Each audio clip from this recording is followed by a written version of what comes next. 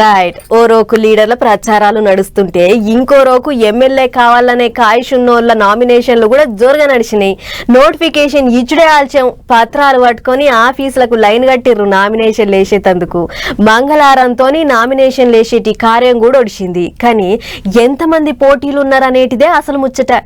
Right. Jubilee Hills ఉప ఎన్నికకు నామినేషన్లు వచ్చినాయి. మొత్తం 211 మంది 321 నామినేషన్లు వేస్తే అందులోకించి 186 నామినేషన్ల కాగితాలను జల్లవని శతకుప్పలేసిర్రు. తదిమ 135 నామినేషన్లకు ఆమోదం ముద్రేసిర్రు అధికారులు. మంది తక్కువ ఉన్నారు, నామినేషన్లు ఎక్కువ ఎందుకు పడ్డాయి అంటారా? దానెనక కూడా ఒక కథ ఉంది. మళ్ళా ఆంకల్ ఏమన్నా తప్పులు పడితే అటెంక అనుకుంటే రాదని ఒక్కొక్కటి వేసేటి కాడ 2-3 సెట్లు పడేసిర్రు అన్నట్టు. అయినా కొంతమంది వేసిన నామినేషన్లు జల్లవు, అన్న తప్పులు తడకలు ఉన్నాయని తీసేసిర్రు కూడా అధికారులు. ఆమోదం ముద్రేసిన 135 నామినేషన్లు కూడా 81 మంది వేసినాయే. తతిమ 130 మంది వేసిన నామినేషన్లు జల్లవనేటాలకు వాళ్ళు పోటీలకించి తప్పుకున్నట్టు అయింది. ఇప్పుడు అంటే 81 గుర్తులు ఉంటాయి. ఎవరికి ఓటేయాలి, ఏ గుర్తు మీద ఓటేయాలనేది దెవలాడుకొని ఓటేసి రావాలన్నట్టు ఓటర్ అన్నలు. అంత మంచిగానే ఉన్నది కానీ గనిగాన నామినేషన్లు ఎందుకు వచ్చినాయి అంటారా? RRRకు భూములు ఇచ్చిన రైతులు, నిరుద్యోగులు వేసిన నామినేషన్లు అవన్నీ.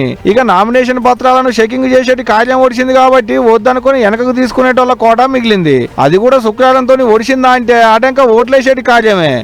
నవంబర్ 11వ తారీఖు నాడు ఏళ్ళకి ఇంకంటిస్తే 14వ తారీఖు నాడు జూబ్లీహిల్స్ కు కొత్త ఎమ్మెల్యే ఎవరైతే అనేది బయటపడుతుంది అన్నట్టు.